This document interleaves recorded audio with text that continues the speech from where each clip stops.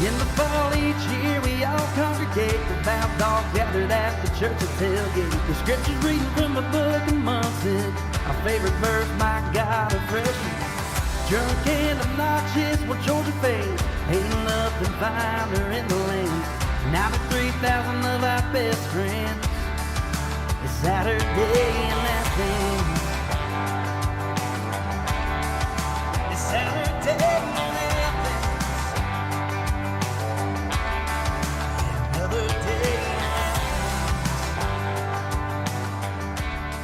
Welcome to the Saturday in Athens podcast. I'm Herschel Gurley, and I am fired up tonight to be joined by Colt Ford. Colt is a Georgia native. He played golf at the University of Georgia.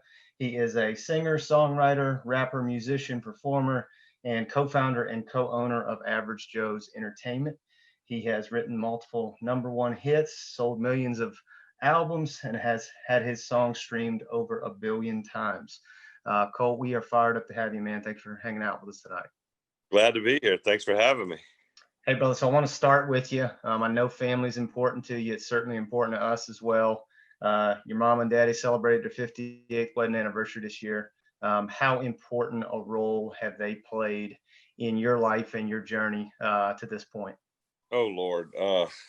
My parents, I've been so unbelievably lucky to be raised by my parents.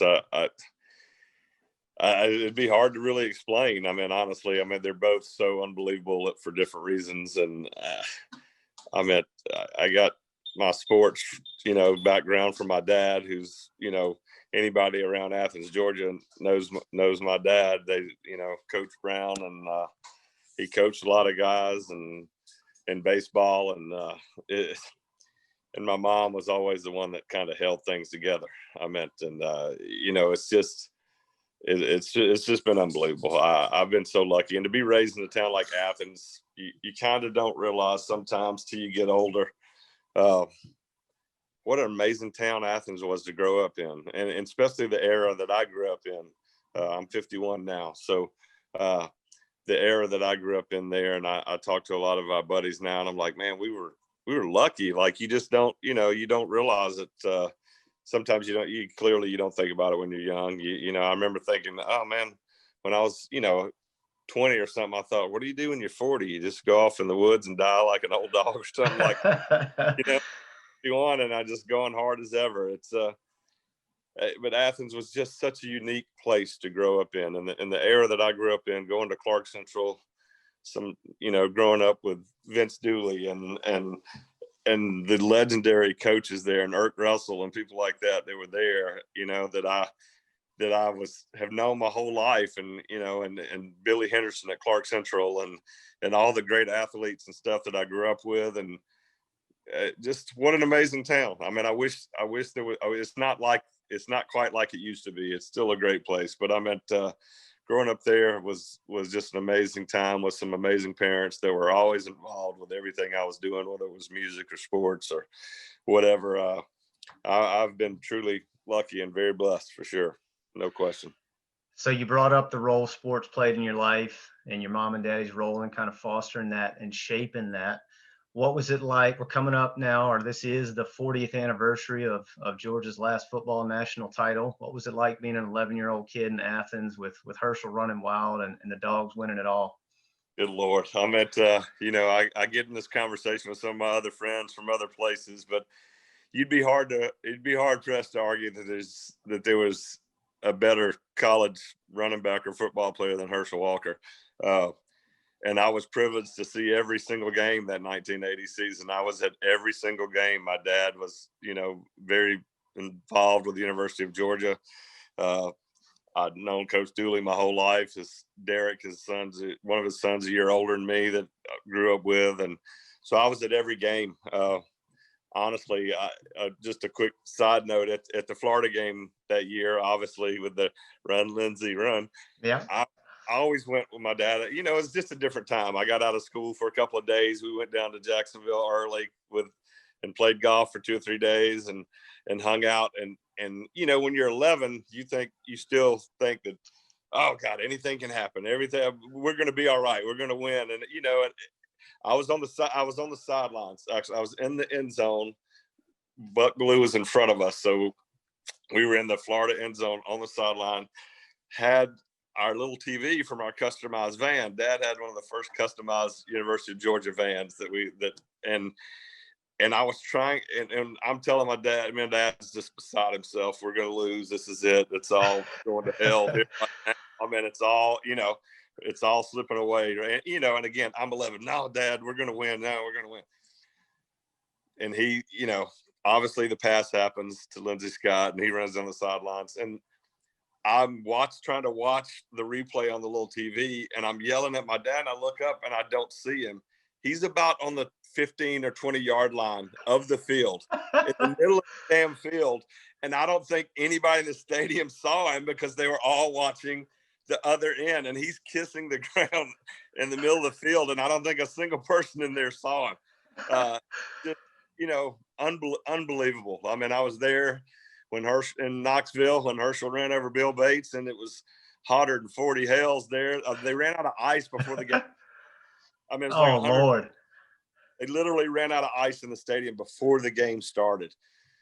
So yeah, that was a pretty special season. And my mom, and I just saw it at their house the other day. My mom had a door in their house that she used to have these paint pens, and she would take the animated things that would be on the cover of the Athens Banner Herald with, choking a yellow jacket or a gator or whatever.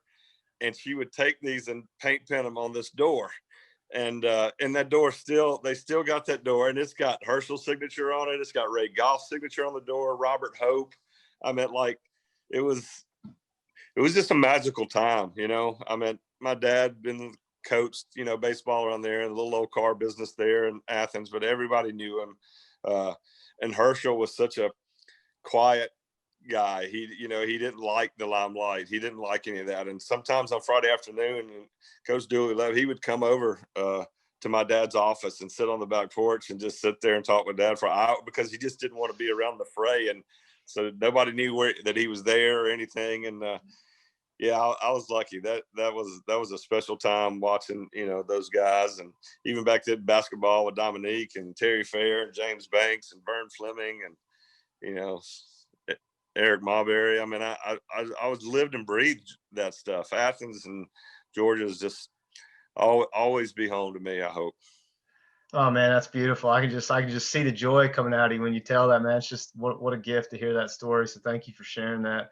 Well, you mentioned going and golfing with your dad. Talk about the role that golf kind of played in your upbringing, and then obviously kind of has kept going. I mean, it's still a lifelong passion.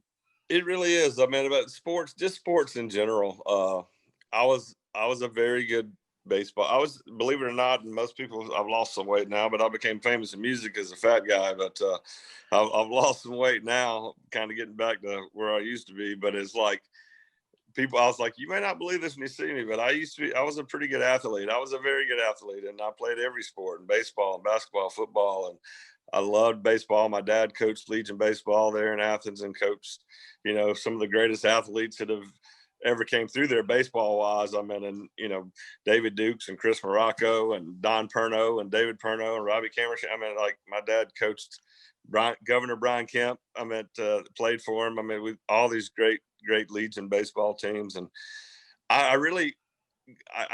we lost in the state finals to go to the Southeastern regionals, and we lost to East Marietta in Little League, and they won the Little League World Series that year. And wow. We lost 2-1 on an era, and I was playing golf and pitching baseball and playing baseball, and that made me want to focus more on golf, because I was like, I pitched pretty much a no-hitter against the team that won the Little League World Series, and I lost because of an error. And it's an error. It happens. It's sports. We've made them. I make them, still make them. But at the time, I was like, I did everything I could do, and we lost. And golf allowed me to go, if I lose, it's on me. I can't look at center fielder. I can't be mad at the first baseman, third base, whatever. It's like it's all on me. So I started focusing more on golf, and I was lucky to become a high school All-American and a AJGA All-American, and grew up with some of the legendary players like Phil Mickelson and Jim Furyk, guys I grew up playing with since we were young, and we're still friends. And golf has taken me all around the world and back again, and it's still a big part of my life. It's been cool. I've got to play in a couple of Champions Tour events here this year, which has been something to look forward to, considering I can't do my day. Well, I say my day job, my night job, really, but I can't do my job that I love to do. But music was always really kind of my first love. I mean, I made a record. If you're familiar with a guy named Mark Maxwell, who's actually played football at Georgia, one of the greatest acoustic guitar player. I mean, was one of the first big studios ever in Athens that recorded people like REM and things like that. And I made a record with him my freshman year in high school in like 1982 or 3. So his studio was right off of Millage Avenue. So I mean, music has always kind of been my first love. I chose golf at the time because I knew in golf, is there luck? Yes, you have luck day in, day out. That's all part of every sport. But it was, if I'm good enough, I know I can make a living. Right. And music, anybody who follows music or goes to a lot of shows has been to plenty of shows or walked in a bar, or walked in Georgia Theater or 40 Watt or somewhere downtown and went, oh shit, that's the best artist I've ever heard, best singer. And they never necessarily go anywhere because there's a lot of luck. It might be the right person didn't hear them, the right whatever. They couldn't chase it. They never got in front of the right person. They couldn't afford to go chase the dream or whatever. So I chose golf at the time, but I could never make music go away. And I was still trying to do music and golf, and the schedules don't really match up. So right. in golf, it's time to get up, and that's about when I go to bed. Music these days. So the schedules do not go together. And I find myself talking to tour players on the PGA Tour, Champions Tour, when I'm literally getting ready to go to bed and they're getting up because they got an early tee time. So it's it's been great. And golf is such a wonderful game. It's one of the only sports that you can play to you get way up in age. And my dad's just turned 85 on the 25th of October, and he still plays. But because of the handicap system, it allows you to go play with people at all different levels, which is what's so great about the game. And if anything's good come out of this pandemic, is golf has had a big resurgence, and it's got a lot of people back playing again, and it's got a lot of families outside and stuff together and doing that. And I think that's important. So golf's been pretty good to me, although I played so bad this last Champions Tour event. I woke up Monday, I was like, I'm so damn glad I ain't got to play golf today. Which I don't say that much, but I was kind of feeling that way. But, I've had a lot. I played pretty good the first one. My good is as good as their good. My bad is not as good as their bad. And that's because they do it every day and I don't. But it's still a huge honor to be a part of it. And, this last one, I was a little tired. I was not really prepared. They kind of called me late, but it was like, it's such an honor. I'm not going to miss it. So I showed up, but my little sister, I'd found out she just got diagnosed with cancer. So there's a lot of stuff going on. Man. I really just never could. You can't go out there and try to play against Ernie Els and people that are the best players in the world on the Champions Tour, and your mind is not where it needs to be. But those guys, they've been so good to me out there. The tour's been so good to me and inviting me out, and I hope I get to go do some more. I just need to practice a little bit harder, I guess. Well, so I'm interested in the parallels between your golf career and your music career, mainly because there's some similarity in what you were talking about earlier about if you don't do well at golf, it's on you, right? The spotlight's on you, and the only person you can blame is yourself. And in a lot of ways, being a musician is similar to that. You're the one on stage. You're the one that the spotlight is on. And right. I don't know, there's some, I think, some similarity in the solitude of both of those. Have you found that to be helpful to kind of mesh those or anything like that? I think that is true in a lot of ways because of of playing golf professionally and at a high level. I mean, I kind of like when the light turns red. I mean, when the nerves are, I'm one of those guys that it kind of excites. I mean, and it's funny now, even now at this level where I'm at with my golf, I'll play with some guys that they still, although they can read it online and they've heard the stories, they still don't believe that I'm that guy on the golf course. And it's cost quite a few of them a lot of money to find out. still am that guy. And I just love the more, I just got to spend some time with Michael Jordan down at his place, his new golf course he opened. And, I spent a couple hours talking with him on the porch, and just, he was that guy, like, okay, you really want to know? I'll be happy to show you. And I like that, I really, that kind of gets me off to go, the more you push me, the more I'm going to pay attention to what's going on. And I just love it. There is that similarity of being on stage. I screw up lyrics all the time. Shit happens. I can remember every song to a Run DMC album from 1983, and I forget that I wrote. But I don't know. Yeah, when you're up there and the lights, there's no hiding, and that's what I love about golf. Like, I played bad this last week. But I was playing in a real tour event where there's a scorecard and there's a square, and I got to write a score in it, and everybody can see it. Yeah. So it's real easy to say you can do it or think you can do it. It's a whole different thing to actually go out there and do it. So, but when you're out there, it's just, I got the band and everything's on stage, but it's just me. So if I screw up, there ain't nowhere for me to hide. And same with golf. And I think people ask me about that a lot. And I think it has definitely helped me in a lot of ways because of being comfortable, being in it being on me. I'm not afraid to take the last shot. I'm not afraid I want the ball when it's clutch time. I want it. And, but at the same time, you got to be willing to lose in that sense too. And I've done that before too. And I'm sure I'll do it again. You screw up words sometimes, and it's the biggest one was, I think maybe there's a festival, used to be a festival up in Minnesota, and like huge, like 75,000, 80,000 people there. And one of the nights we were playing, Jason Aldean was on there that night. So we saved Dirt Road Anthem to do it. Although it's my song, obviously it became his biggest song of his career that Brantley Gilbert and I wrote. And so we decided to do it together, which we always do when we're playing shows together. But when it got to the second verse, I was literally standing there with a mic in front of 80,000. I was like, I could not think. I've done it however many times. I had nothing. I was just standing there. The band's playing, and Jason over the mic goes, "Well, you wrote it." And I was like, and the crowd started going crazy. I was like, "Y'all just sing the hook." That's shit. I can't remember nothing. I can't remember. It happens. Oh, that's funny. Well, I love hearing you talk about Legion baseball and playing baseball. I come from a baseball family. Myself and two of my brothers all played in college, and love playing Legion. My brother and I are close enough in age where we got to play together and won a state championship in Legion, and just so many beautiful memories from that. And it's interesting you bring up the parallel about being an athlete and then being on stage and loving when the red light comes on, because if you look at the current country music scene in Nashville, there's a ton of ex-college athletes that are doing really well in the space. And it seems that's probably not a coincidence, right? No, it's actually really cool. To see, there's a lot.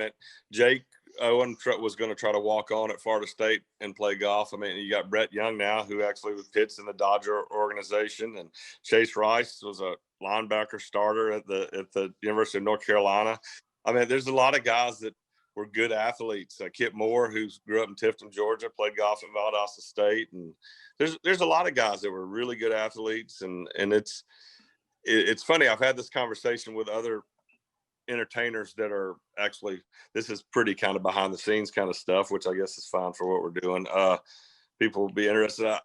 I've seen things that have happened in the music industry, and I'm like, wow, that bothered somebody. Like I couldn't understand it. And I'm like I grew up in a playing sports and on teams where it's like that shit just wouldn't have been an issue. We would have addressed it. We'd have gone outside and fought or whatever. Then we would have got back to work and gone on with what we were doing. Right. And my conclusion from all that is to say that some of the guys that I've seen where I see the differences are with those things happen. I'm like, wow, you just didn't grow up like in that environment. They grew up more sheltered, just playing the music and hiding, staying in their room and learning how to be, which there's nothing wrong with that. I don't mean that ugly. It's just like, it's just a different mindset. And I'm like, that would have never, I'd hear stuff even within my own band. I'm like, now how long has that been going on? And my band was like 4 months. I'm like, no shit, 4 months. That's been that doesn't, you grow up in a locker room, like that don't happen. And it lasts 4 minutes before somebody's like, all right, we're going to figure this out if we're going to be a team. And so there are some neat parallels to sports and the music. And there's some things that are hard to understand sometimes from the sports and the music, because like I said, there's times I've been like, wow, I don't understand that. I mean, and as I've talked to some of my closer friends that are former, that were good athletes. So Brantley was a very good high school athlete. Justin Moore and some guys. It's like, wow, I guess, it's just a different mindset. Just grew up in a different playing sports and taught you some different things. And that's why I still think sports are so important for our kids and to continue to play multiple things. And I'm not a big fan of everybody gets a trophy. I didn't grow up in that era. Me neither, brother. And when you're raised by coaches like that I grew up under, like my dad, and then growing up at Clark Central with Billy Henderson and guys that were around there, I mean, and watching Vince Dooley and people like legends my whole life's like, nah, I don't care who your daddy is. I don't care what you do. Best players play. It's the way it is. If you don't win, you don't get no damn trophy. That is, I mean, that's not I just disagree with that coddled way of raising. I mean, I think sports builds character, and you lose a hell of a lot more than you win. That's the way sports is. So you got to learn to get back up and be tough and go back and work some more. And if you really want that trophy, then by God, you can earn it. You just shouldn't get it for free. Well, you talk about earning it. I got to ask you about this.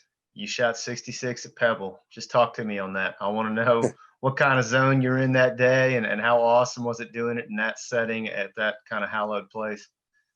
It was awesome. That was my first year there. I was playing with Billy Herschel, who's a great friend of mine, although he's a Florida Gator. But nobody's perfect. No, he's got to have some kind of flaw. He's in great shape, a world-class golfer, and he's rich, and he's went to Gators. That's his bet. He played at Florida. But it was just one of those days. The first round we played was Monterey Peninsula Club, and it was 70 degrees, dead sunny, no breeze.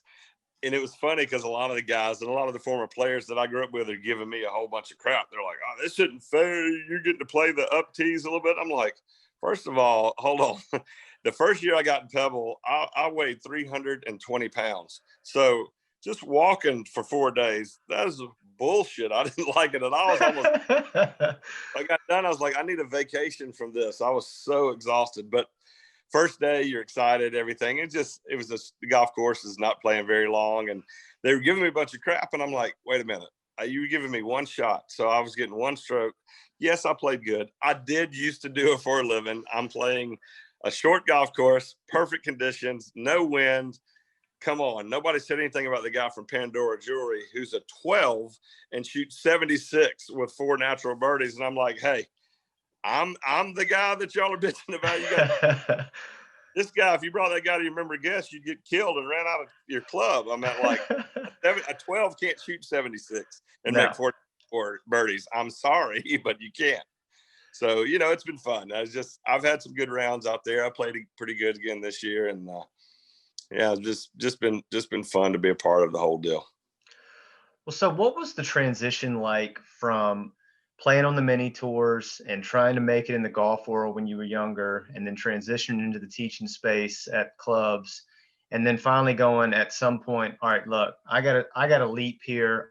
I got to go full force in and try to chase this music dream and see where that goes. What was kind of the turning point for you on that? And when did you decide to leap and do that?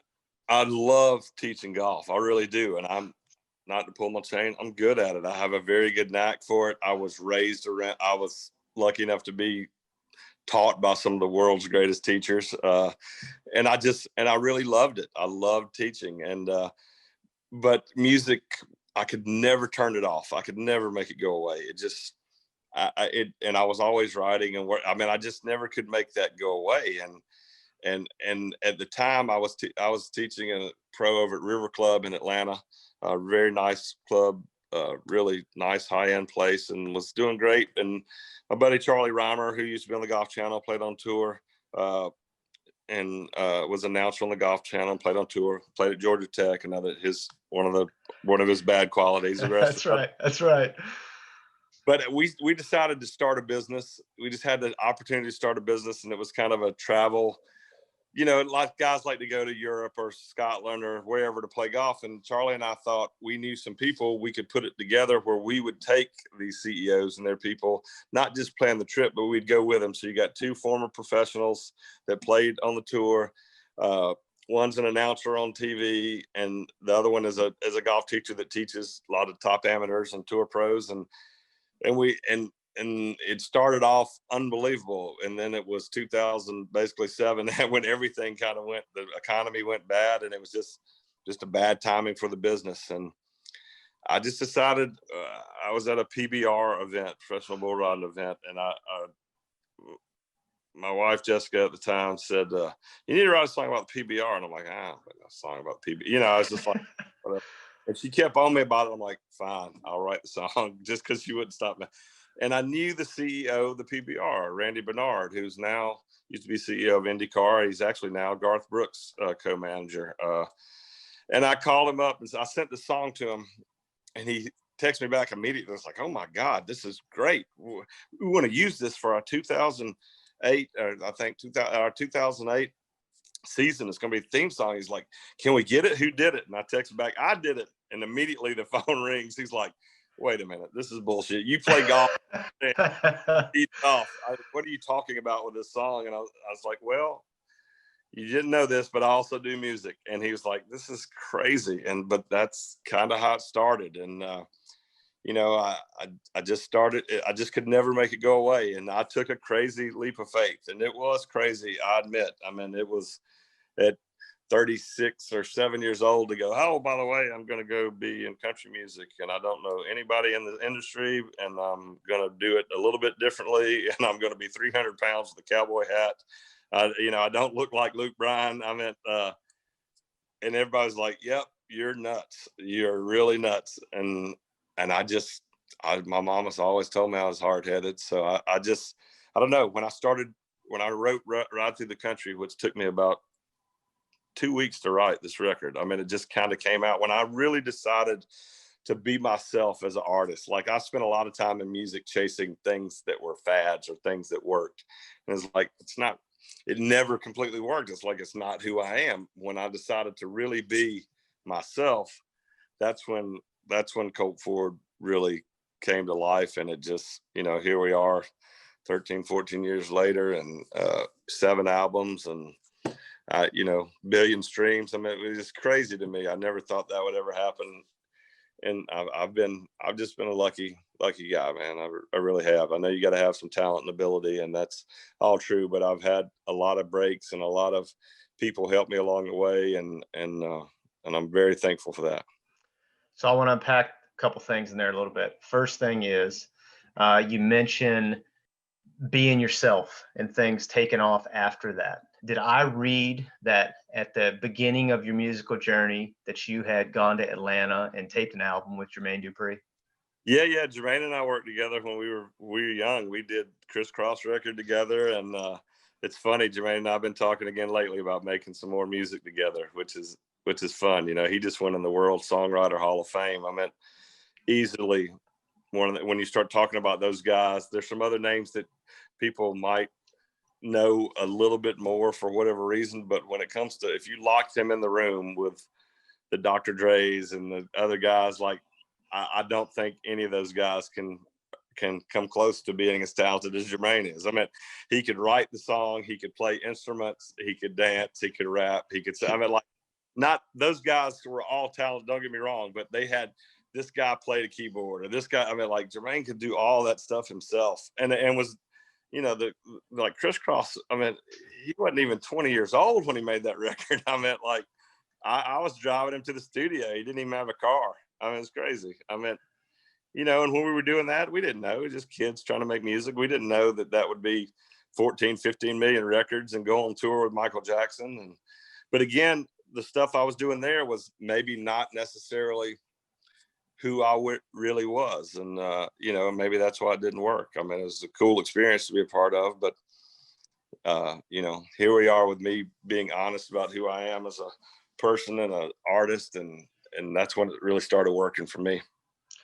So I grew up in a small town, country place, right? But all right.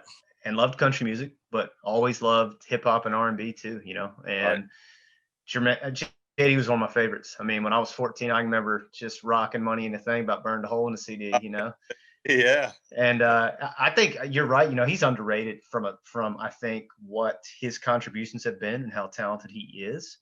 And yeah, that's a great point. And so I want to pivot off of that because I want to go to Ride Through the Country being, you said it just kind of poured out of you. And I think there's something to that with you just kind of saying, look, I'm going to be me. And this is the story I want to tell, and I'm going to let it rip. And I can remember in late 08, early 09, satellite radio was just becoming a thing then. And I remember riding down the road one day in my brother's Explorer because he had satellite radio. I mean, he was fancy. So I didn't have that. And that's when it was just called XM11. Yeah. And Ride Through the Country came on. And I was like, man, this song like speaks to me on so many levels because it sounds like stuff from how I grew up, but it's also delivered in a way that kind of mixes the two genres of music that I love. Right. And I don't know, man, it struck a chord with me. And obviously it struck a chord with a lot of other people too. Have you found that to be a common story from folks that you've talked to over your journey the last 15 years? Yeah, I'd say that's probably the most common thread is like you're talking to us, you're talking about my life, the way that I live. And then, again, there was that element of parents. I'd get parents every night come to shows and go, oh my God, we're so thankful for you because I don't mind my 12-year-old listening to you. And that's one of the coolest things ever. I remember Luke was like, I ain't never seen 60-year-olds and 66-year-olds sing the same damn song, but they sing your songs that way. And that's so cool to me. I mean, I get parents to just go, me and my son, I mean, we listen to that. And it's, I don't know how old you are and if you got kids, but mine are about grown now, but it's like, you don't have that much where it's like, man, this at 13 or 14 or 12 or 10, where you're like, I love this. And my mom and dad both love this too. My grandparents like that just doesn't happen much. And so I've been really blessed that that's the case. And, this music is so powerful. It transcends politics and religion. And it's a powerful thing. I mean, it really is. It's a really powerful thing. And music, I love it so much. I love creating it. I love writing it. I love being on it. It's killed me. This pandemic I've averaged about 130 shows a year for over 12 years, 13 years, and I don't even have 40 this year. So and it ain't just for me, it's the fans. And then I start my band, my crew, I paid them out of my for first couple of months. Then I was able to get some PPP money to pay my guys. And, you got 10, 11 guys on salary. And then all of a sudden August comes in, it's like, I don't have any money. I got no shows. I got no money. And it's like, this isn't a hobby for them. This is what they do. Right. It's really, and again, it's hurt a lot of people in a lot of ways. It's really decimated the music industry and the entertainment industry as a whole. I just lost one of my guitar players that's been with me 8 years. All he's ever done is play music for a living, and he's packed up his gear and moving back to Idaho. Oh man. It's like, this is taking his life's work, man. I mean, and I get it. I mean, it's just bad. It's just bad. I mean, I'm ready to get back to it. I want to be safe for everybody, but at some point, we just can't stay in the house. So at some point, we've got to go back to living our life. At some point we got to live. I've thought the same thing. You speak to this, and there's so many, I think, unspoken tragedies like that out of this. You think about now we're in college football season, and think about all those college towns in the Southeastern Conference that those businesses need that weekend. They need those home weekends, and it just breaks your heart, brother. I mean, and you just hope there's a path forward. And look, we serve a great Lord, so I know it's coming, and we just got to be patient on it. And His time, not our time. So just have faith in that and roll, man. But I know that's easier said than done. Just the towns. I mean, Athens. I mean, there's a lot of people. There's a lot of things that work because of Georgia football there. I mean, I get a call from my son, and it's like, Euro-Rap's closed down for good. I mean, it's like, wait, what? I can't go get a barbecue chicken wrap anymore. I meant like, it's not there, and that's sad. But we got to figure out a way. We got to figure out a way to do it and do it together.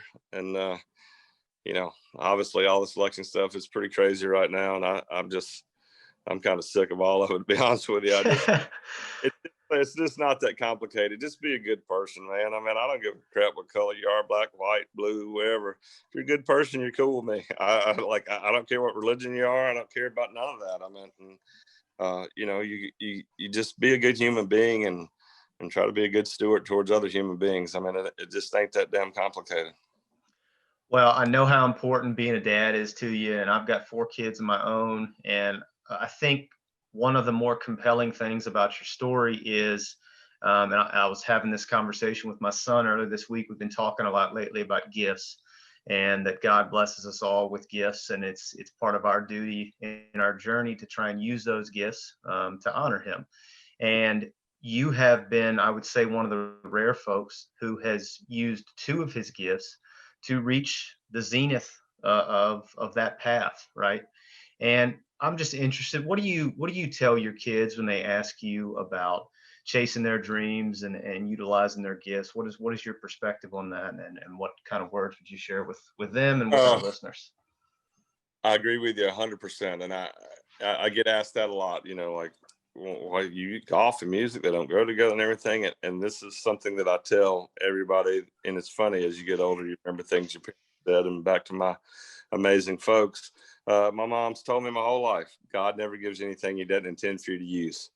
And so I was gifted enough to play golf and to write songs and play music. And I've been lucky to be able to do those both at a really high level. There's no question. I've been lucky to do that. But I mean, again, there is luck involved. You just can't let anything stop you. If it's what you believe and what you dream, you just gotta go get it. I mean, you don't, you know, my dad, I think about all the sayings he used to say, and, you know, I mean, you can go around and tell everybody how great you are all you want, but when they're really great, they'll tell you. And so stuff like that is what I've learned to fall back on. And when you talk about faith and everything, my father is a super, super strong man of God. And my mom and dad both are.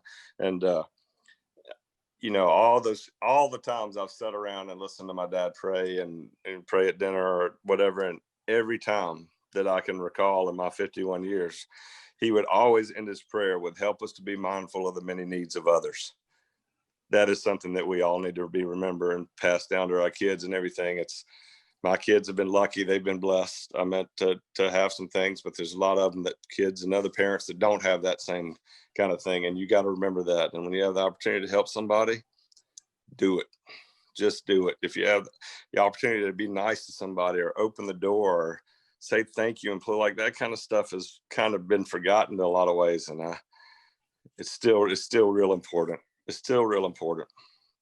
Oh, well, amen to that, brother. And hey, man, thank you for sharing your story with us. We love it and love everything you're doing. We close all our interviews the same way. We do the Smart 16 questions in honor of Coach Smart, kind of like a lightning round type thing. So I'm gonna fire it at you and get your answers here. All right. Come on. All right. First one is, what's your middle name? Ferris. All right. Who is your favorite dog of all time? Oh, my favorite dog of all time. Oh, wait, sorry. My personal dog or bulldog? Bulldog. Ball player. Oh, wow. Man, I've been lucky to know a lot of guys that played football at Georgia. Good Lord, my favorite one. I don't know, man. I mean, I've been lucky. I know a lot of guys. Honestly, I was really good friends with Andre Hastings. Andre and I were really good friends. I thought for sure that you know, that is a good example of a guy I thought for sure was a can't miss NFL guy that and I'm not sure where Dre is now, but I don't know that I could have a favorite. There's so many guys I've known over the years and grown up around. I'm just a dog fan in general. All right, what is your favorite game you've either attended, watched on TV, just favorite dogs game you've ever been a part of? It'd have been that Georgia-Florida game in 1980. Yeah, I mean, the national championship game was cool too and all that, but I meant that game right there, that 3 or 4 days I got to spend with my dad. And, you know, I'm 10, 11 years old, and all my dad's friends were, you know, obviously older than me, but I was already, I could beat all them in golf. So I was a scratch golfer at that age too. So to play golf and hang out and get to see that. And maybe being the only person in that stadium to watch my dad out there kissing the ground, right? And that's pretty cool one. Oh yeah, that is an epic story. What a memory, man. Well, maybe I know the answer to this based on your other answers, but what is your favorite rivalry that the Dogs have? Wow, Georgia has so many good ones, and you can't argue with Georgia, Florida, but you can't order with good old fashioned hate and Georgia Tech. And you know what I miss more than anything, quite honestly? I miss Georgia Clemson. I miss that a lot. Yeah. My mom's from Anderson, South Carolina. Oh, okay. So my mom was a Tiger at her heart, but she's a diehard Bulldog, except when they're playing Clemson. And so there was 2 ceramic Tigers my mom had, and if Clemson won, they got to sit on the mantle for the year to the next game. And one of them, they both magically disappeared at some point, and until this day, my dad has never said where they've gone or where they are or what happened to them. I'm pretty sure he broke them and hit them or did something to them. Yeah, I really missed that rivalry a lot. I thought that was really good.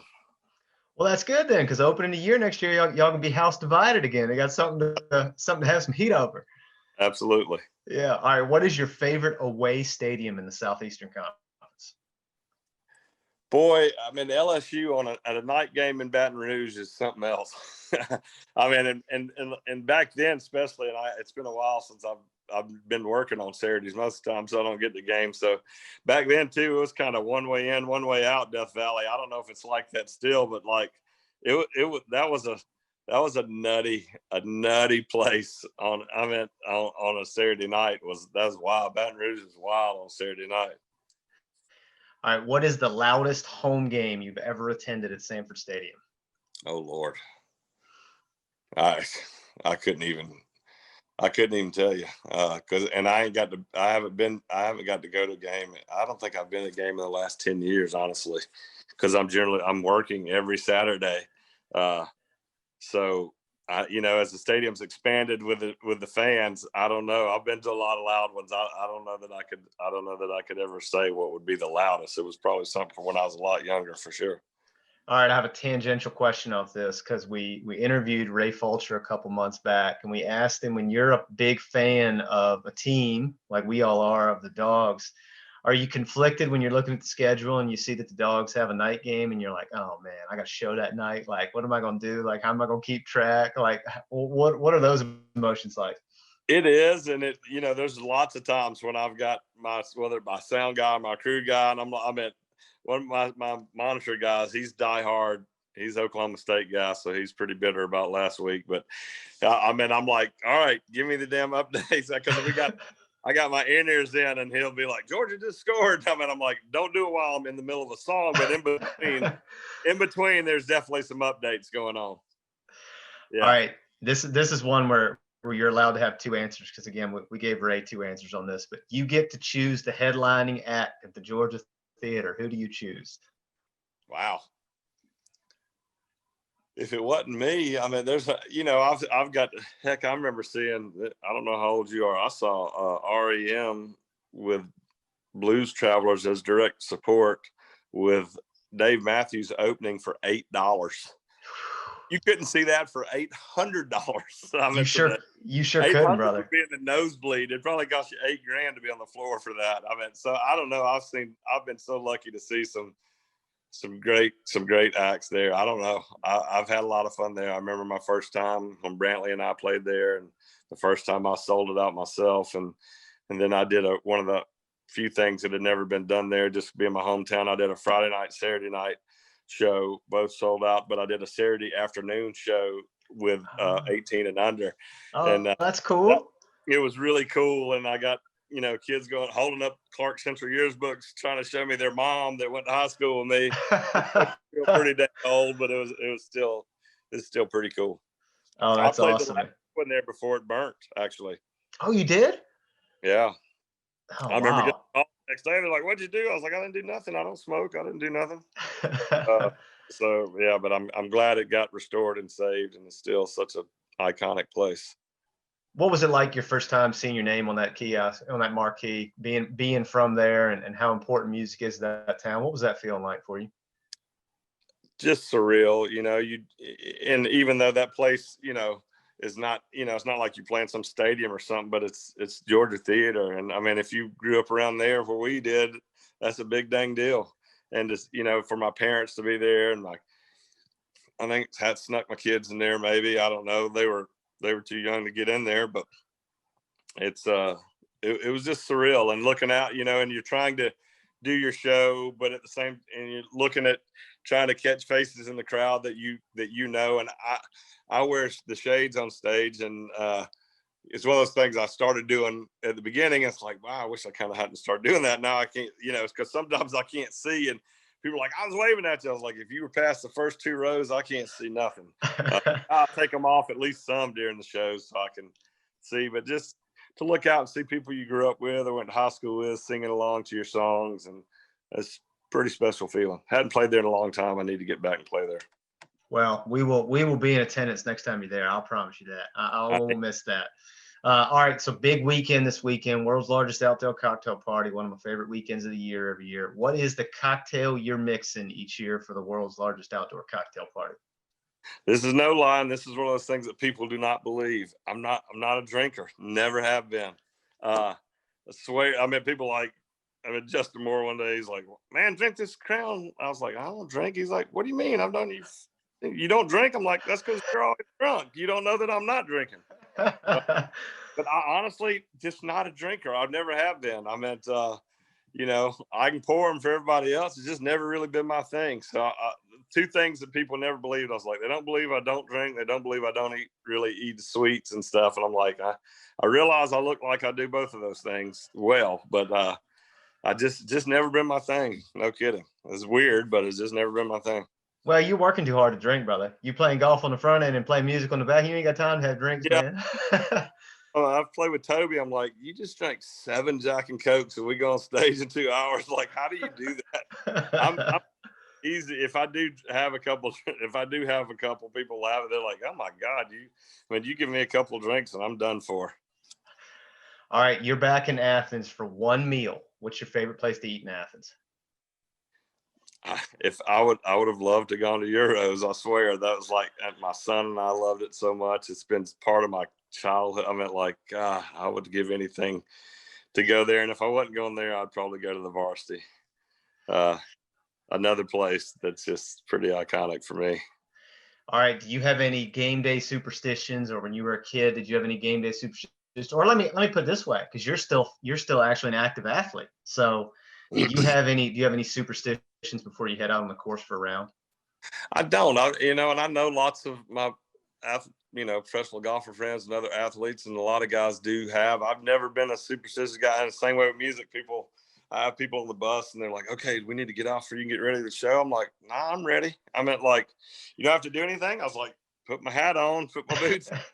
That's all I do. Like, I don't, it's like I play music. I'm not a neurosurgeon. Like, I don't have to get in a special place. It's like, hey, the crowd, they're here. Let's go. I just love it. I don't get into all that kind of stuff. I mean, I know some people do, and it's important for them. And just another thing that's never been my thing. I always feel like, it's going to be what it is. I'm going to thank the Lord, whatever it is, and just go get after it.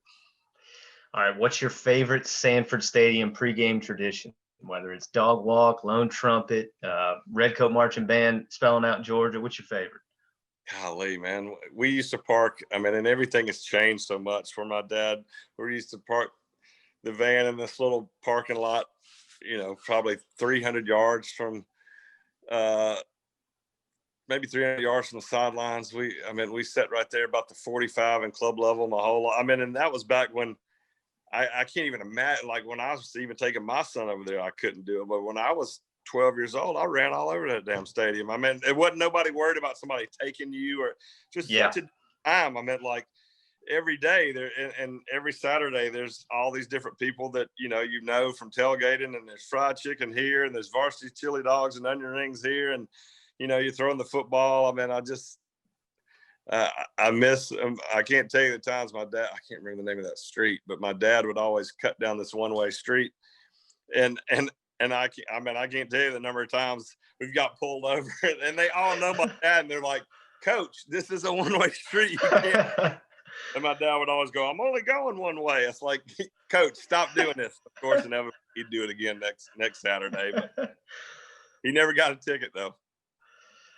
All right, black jerseys, yes or no?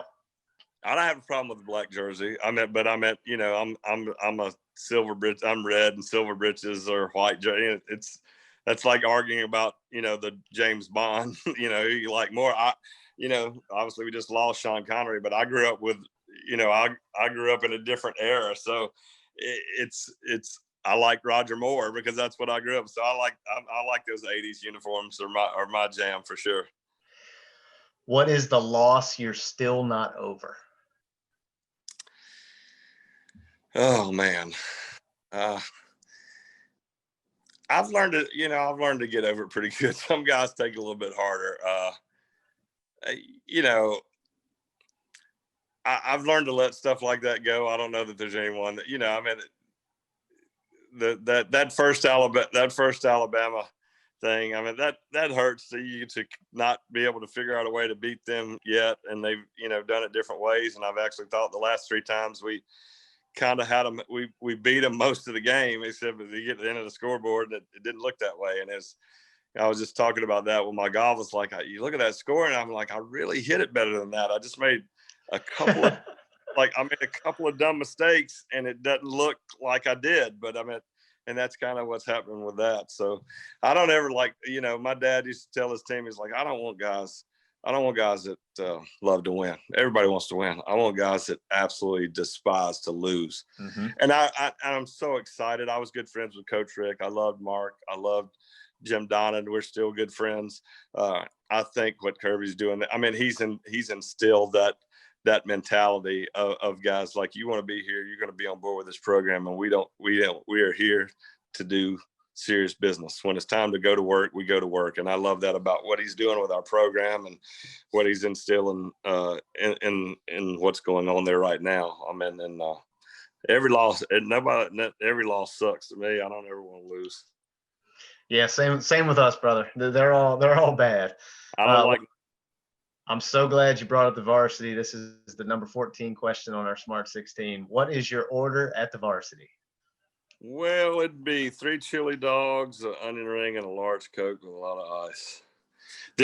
Literally, that comes up so many times when we're on the road, and I'm way away from home, and I'll go, all right.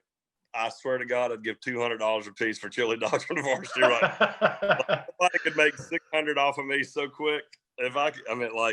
That's one of my go-to sayings when I'm really hungry and we're stuck somewhere, or if I'm on the West Coast or something. It's like, oh my God, I'd do anything for friggin' varsity right now. I'd gut shot a Cub Scout. Well, so you'll appreciate this then. Every time I have to fly somewhere and I have to connect, if I can connect through Atlanta, I'll do it just so I can meander my way over to the terminal and pick me up a couple chili dogs and a frosted orange before I hit that next flight. I'd be remiss if I didn't tell you there's been a lot of flights that have been determined by how much layover time I had in Atlanta. I promise you. If I'm flying through, my band leader and tour manager knows, like, I know you want to fly Delta, and Nashville is not, it's very Southwest, whatever. So I'm like, Yep, okay, I want to fly Delta. And if I got to go through somewhere, I need you to send me through Atlanta, and I need at least an hour and a half. That way I can get to the varsity. That's it, brother. I'm right there with you. Planned around getting to the varsity, believe me. Yep, I'm here for that. At the Atlanta airport too, so that's great. That's right. All right, there ought to be a constitutional amendment outlawing noon kickoffs. Yes or no? It doesn't bother me. But I grew up, in the 80s, there were so many. It was like, it never didn't bother me. It's like, I just knew, the van was going to be parked over there. Probably Dad would have the van parked over there the night before. So, it started like, you knew, like 9 o'clock in the morning at a 12 or 12:30, like we were going to it's already going. So that ain't never bothered me. I guess maybe I could see why that's an odd time for some people, but I don't know. It's never, I don't know what people's consensus is on that, but it ain't never bothered me. All right, last question. College football playoff, expand to 8 teams or fine how it is? I think 8 teams would be good. I do. I don't know that there's necessarily a correct answer, But I mean, when you look at some of the situations that have happened over the last, half dozen years, there's definitely some teams that are getting, are getting shut out that probably should get an opportunity to play. And I get the whole thing. But look, what's one more game? I mean, that's really what we're talking about. Right. So what's one more game to make sure we have a clear and concise, where there's nobody going, oh, well, if they would have played them, it's like, well, I think 8 would be pretty good. I mean, generally the most exciting thing in college sports is March Madness, and that's 64 teams. So they play a lot more games during the year. So I mean, like, that's a hard argument when people go, well, they play already. It's like, yeah, well, they played this many. I mean, NFL's playing this many, baseball's playing 162. So it's like, it's what's one more game to make sure I just want a clear and concise winner. And I don't know that 4 teams always gives us that, although it does a lot. I mean, you like it or not like it, LSU is the best team in the country last year. I don't care what anybody. I think LSU could have finished in the upper half of the NFL last year. So, and this year, I don't know that they could beat it. They can't beat nobody. So it happens. But I think it'd be nice to have a couple more teams in there. All right, that's the smart 16. You're off the hot seat. I appreciate it. All right, Cole. Well, thanks, man. We certainly appreciate it, and we will link all your socials in our show notes so everybody can go follow you. Everybody, please go and support Colt. Just not a better guy out there, not a more hardworking guy, not anybody more passionate than the dog. So we certainly should support him and trumpet him as best we can. So we certainly enjoyed it, Colt. Thank you for the time, brother. That I appreciate. I'm sorry it took me so long for us to get it together, but let's do it again sometime, and go Dogs. Go Dogs.